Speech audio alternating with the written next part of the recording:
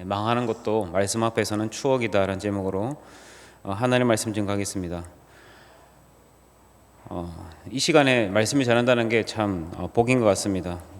다들 말씀을 사모하는 자리에서 또 기도의 마음의 준비가 되어 있는 상태에서 나오셨고, 그래서 참 이런 자리에서 말씀을 증거한다는 게 또 교회의 입장에서 또 설교자 입장에서 참 복인 것 같습니다. 그래서 계속되는 어떤 기도의 자리에 나올 수 있는 우리가 되길 바랍니다. 우리 옆사람 관계 한번 인사해 주셨으면 좋겠습니다. 내일 이 시간에 봅시다. 네, 감사합니다. 요즘 젊은 사람들 사이에서 상황이 어려울 때 잘 사용하는 말이 있습니다. 요즘은 아니고 옛날부터 써왔던 말입니다. 폭망이라는 단어입니다. 폭망이라는 단어 아십니까?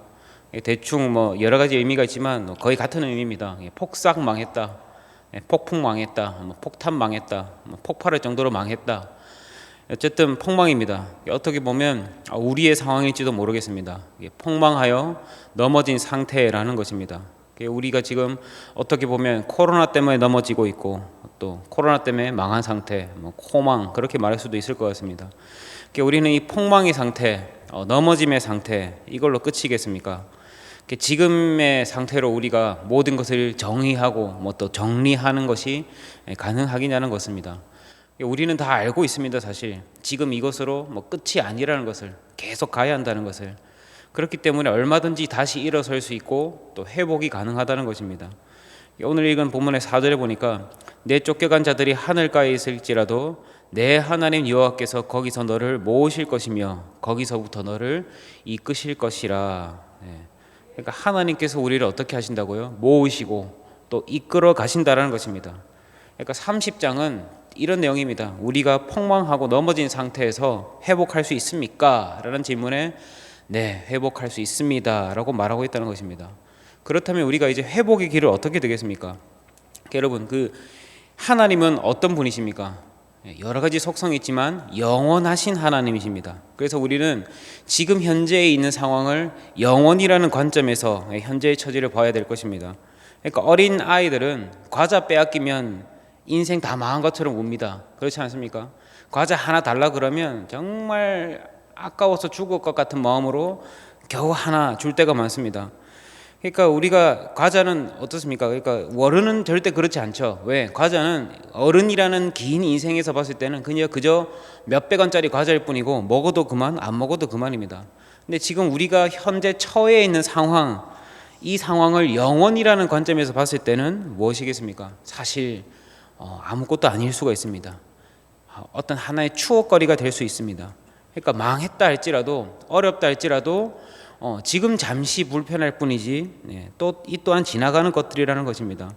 그래서 우리는 하나님 앞에서 늘 무엇이 필요합니까? 말씀을 회상함이 필요합니다. 말씀을 기억함이 필요합니다. 그러니까 영원한 하나님의 말씀이 우리에게 회상될 때 살아난다는 것입니다. 그러니까 사실 힘들고 어려울 때일수록 우리 이 생각, 우리의 사고 이런 것들이 경직되지 않습니까? 그러니까 어려울 때일수록 보면 딱 절망적인 것만 떠오르고 힘든 것만 계속 생각하고 아이고 어쩌나 망했다, 큰일 났다. 그러다 보면 진짜 망하거든요. 우리에게 진짜 필요한 건 무엇입니까? 영원한 하나님의 관점에서 영원한 하나님의 말씀이 회상될 때 살 수 있다는 것입니다. 1절 보시니까 후반절에 뭐라 말합니까? 이 일이 마음에서 기억이 나거든. 이 일이 마음에서 기억이 나거든. 그러니까 말씀이 회상이 되어야 된다는 것입니다. 그러니까 우리에게 회상하려면 뭐가 있어야 되겠습니까? 조건이 있습니다. 제일 중요한 겁니다. 들어야 됩니다.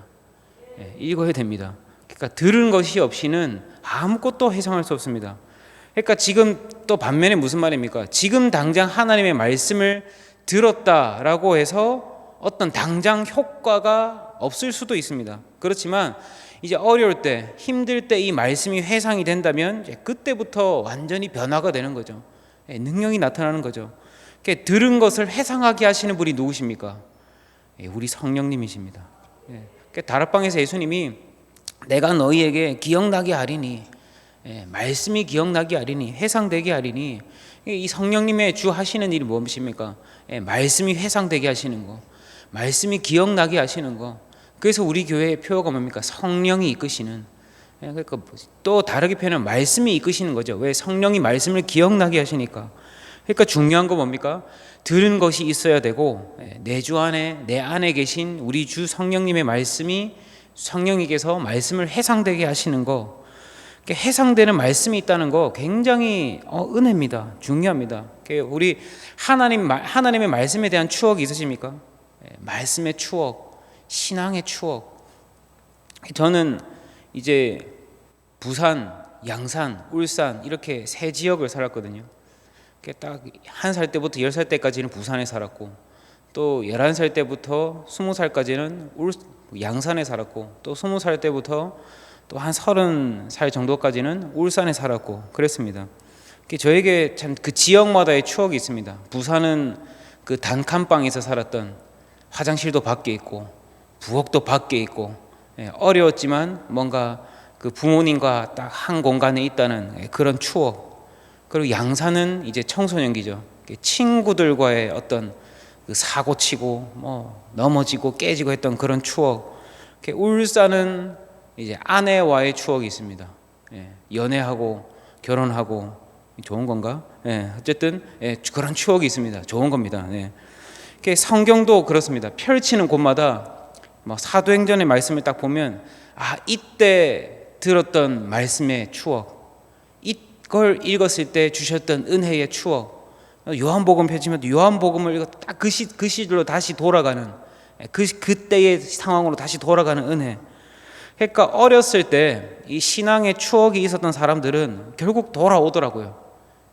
말씀의 추억이 있었던 사람, 은혜의 기억이 있었던 사람은 잠깐 나갔다 할지라도 결국 돌아오게 되어 있습니다. 하나님께서 주신 은혜의 내용, 사역의 내용들을 기억하게 하심으로써 마음을 만지시고 돌아오게 하시더라는 것입니다. 구약의 백성들이 바벨론 잡혀갔을 때 어땠습니까?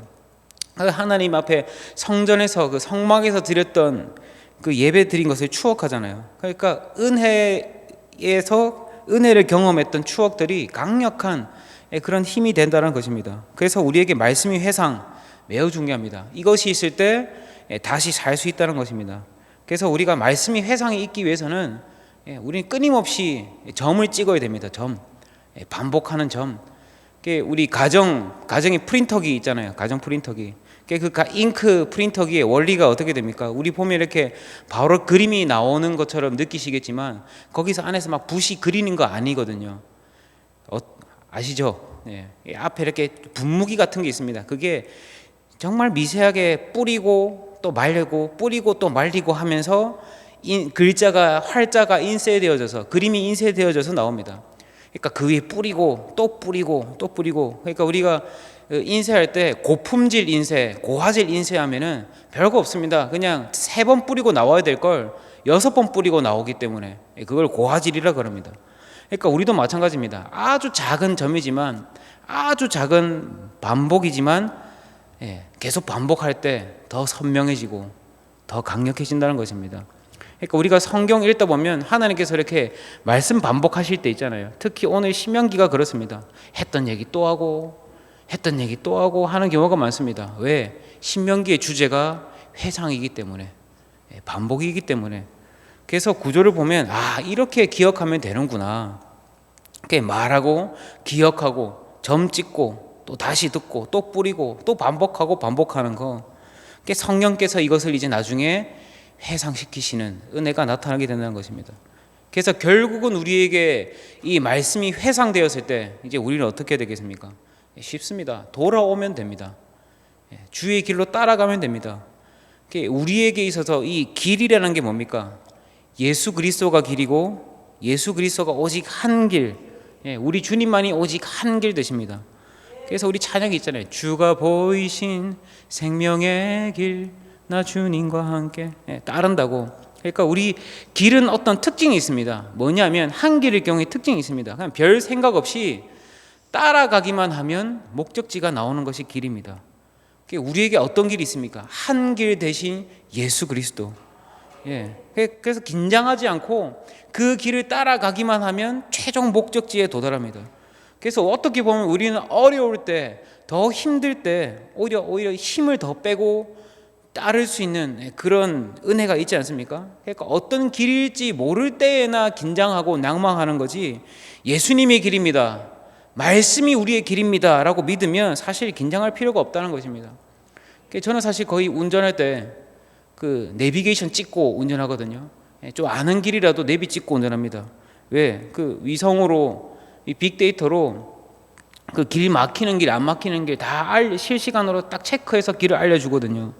어디로 가면 막힐까, 어디로 가면 안 막힐까, 이런 고민 안 합니다. 그냥 찍어놓고 데이터가 기반되어진 되는 곳으로 안내하는 대로 그냥 가면 됩니다. 그래서 매우 편합니다. 길이니까. 우리 등산도 어떻습니까? 우리 등산 좋아하시는 분들 많은데, 등산도 사실 길로 가면 쉽잖아요. 등산로.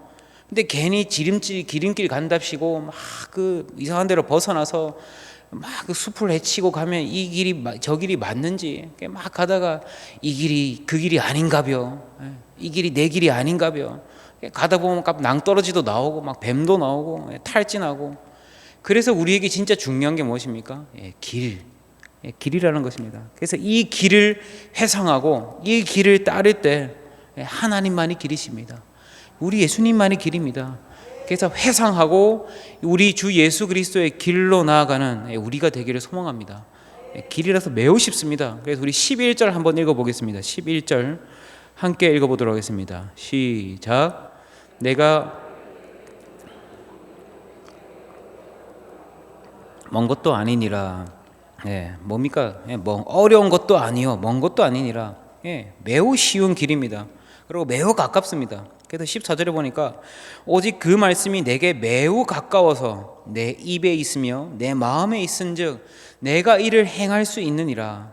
아주 쉽게 그 길을 따라가면 된다는 겁니다. 왜? 말씀의 길이니까. 하나님의 길이시고 우리 주 예수 그리스도가 길, 우리 예수님이 터놓으신 길이기 때문에 그냥 따라가면 매우 쉽다라는 것입니다. 그래서 천리길도 한 걸음부터라는 말이 있잖아요. 그 하나씩 가는 거 한 번에 팍 하고 천리를 가는 게 아니라 그냥 하루에 0.12씩 가는 거. 그래서 이 길이 그 길이구나.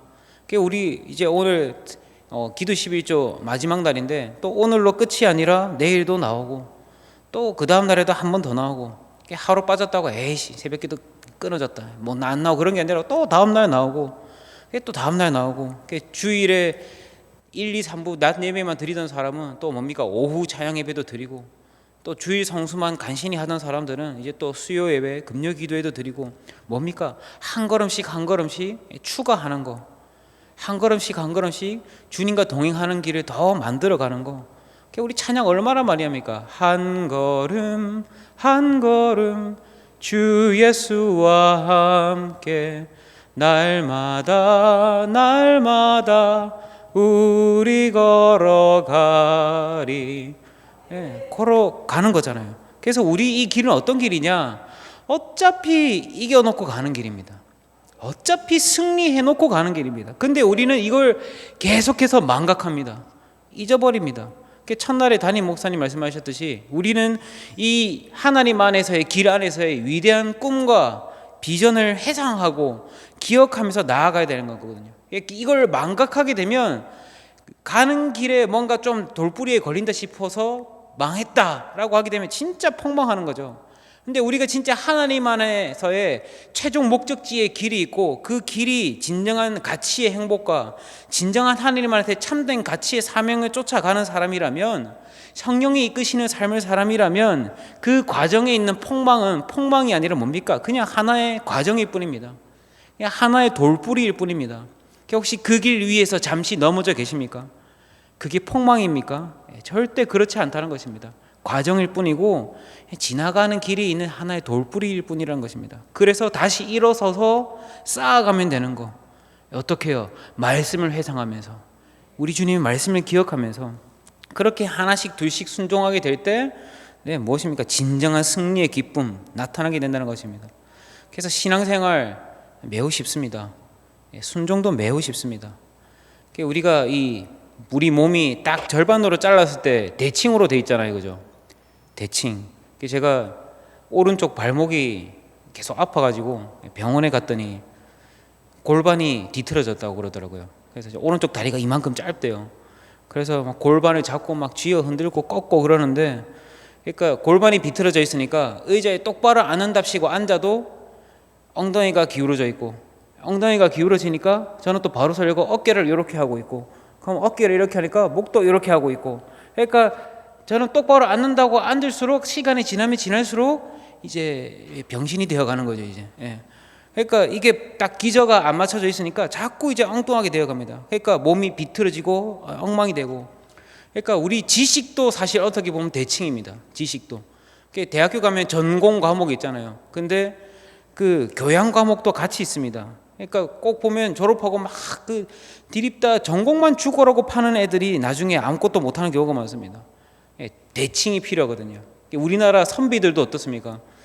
그 공부만 하면 안 된다. 그래서 그 악을 할 줄 알아야 된다. 그래서 음악 이것도 같이 할 줄 알아야 진짜 이 선비라고.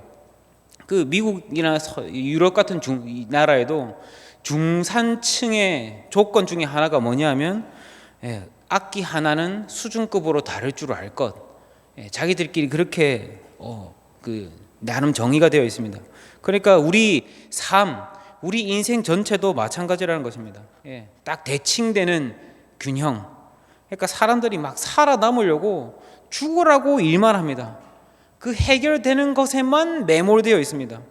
근데 우리가 지금 하나님 앞에 나아오는 거, 예배 드리는 거, 이게 교양에 해당되는 거거든요.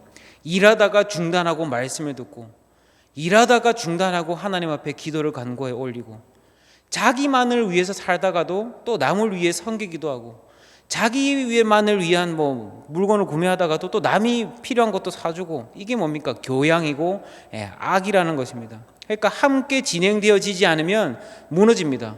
제 골반같이 이렇게 바보가 되는. 그래서 성경은 뭐라고 말하냐? 우리에게 전공이라는 일과 이 교양이라는 대칭의 예배가 균형을 이루기를 원한다는 것입니다.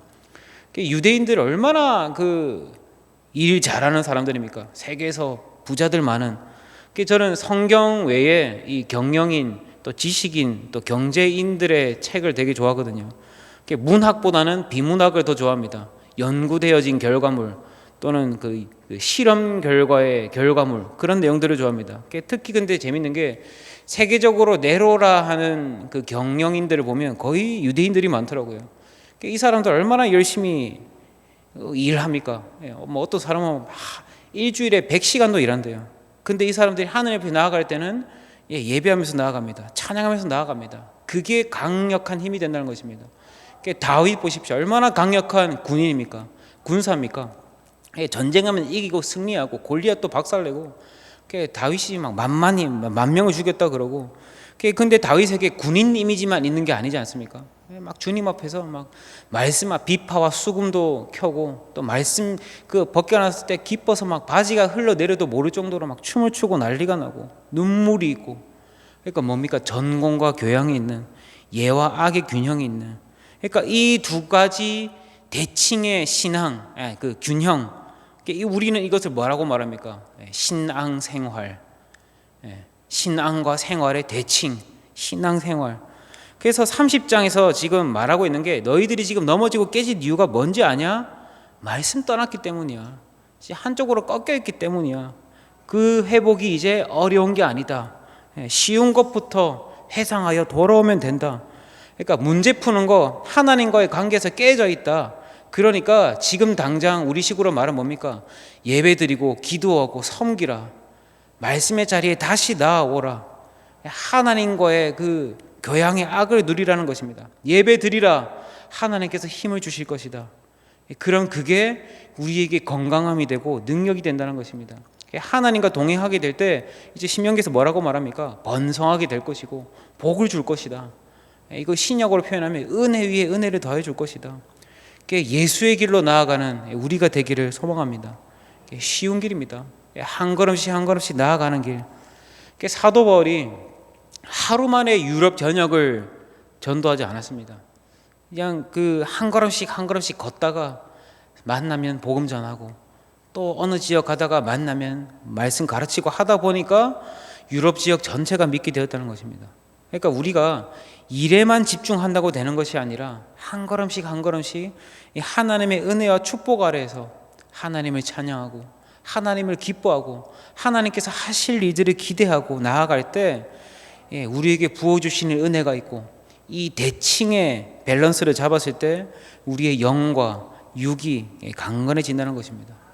그래서 우리 솔직히 실패를 경험했을 때 솔직히 몸만 상하시던가요? 폭망하면 몸만 안 좋아지시던가요? 아니죠. 영혼도 같이 상합니다. 마음이 상합니다. 영적으로도 굉장한 디프레션을 느낍니다. 마음이 다 핥혀지고 다시는 예배를 못 드릴 것 같고 왠지 믿음도 놓칠 것 같고 깨질 것 같은 상황에 있지만, 그때 어떻게 됩니까? 그냥 힘 빼고 오히려 주님 앞에 더 나아올 수 있는 거. 그때는 막 애써서 막 한 방에 회복할 거라고 부르짖어서 능력 주십시오라고 하는 게 아니라 오히려 힘 빼고 그냥 주님 앞에서 머무르는 기도, 이런 거 하셔도 저는 좋다고 생각합니다. 하나님 앞에서 1시간이고 2시간이고 이 자리에 머물러서 주님 은혜 베풀어 주십시오. 주님 존전 앞에 제가 나와 있습니다. 이제부터 한 걸음 한 걸음 주님 앞에 나아가겠습니다. 주님 안에서 쉬고 다시 회복하여 나아가는 것, 이게 무엇입니까? 주님 안에서 즐기는 악. 우리의 존재 제일 법칙이 뭡니까? 첫 번째 원인이 뭡니까? 영원히 그의 이름을 즐거워하며 기뻐하는 것. 그때 하나님께서 회복의 능력을 우리에게 주신다는 것입니다. 넘어져 계십니까? 혹시 폭망한 가운데 계십니까? 말씀 회상이 되는 은혜가 있길 축원합니다. 그리고 그 회상의 길이 생겼을 때 그 길로 한 걸음 한 걸음 주님 앞에 나아가셔서 그 쉬운 길 한 점 한 점 찍어 나아가는 그 길로 나아가셔서 예와 악의 균형이 있는 신앙과 생활의 대칭이 있는, 그래서 더욱 주님의 크신 은혜가 우리 삶에 충만하게 넘치는 우리 덕천절개의 성도님들 되시기를 주님의 이름으로 축원합니다.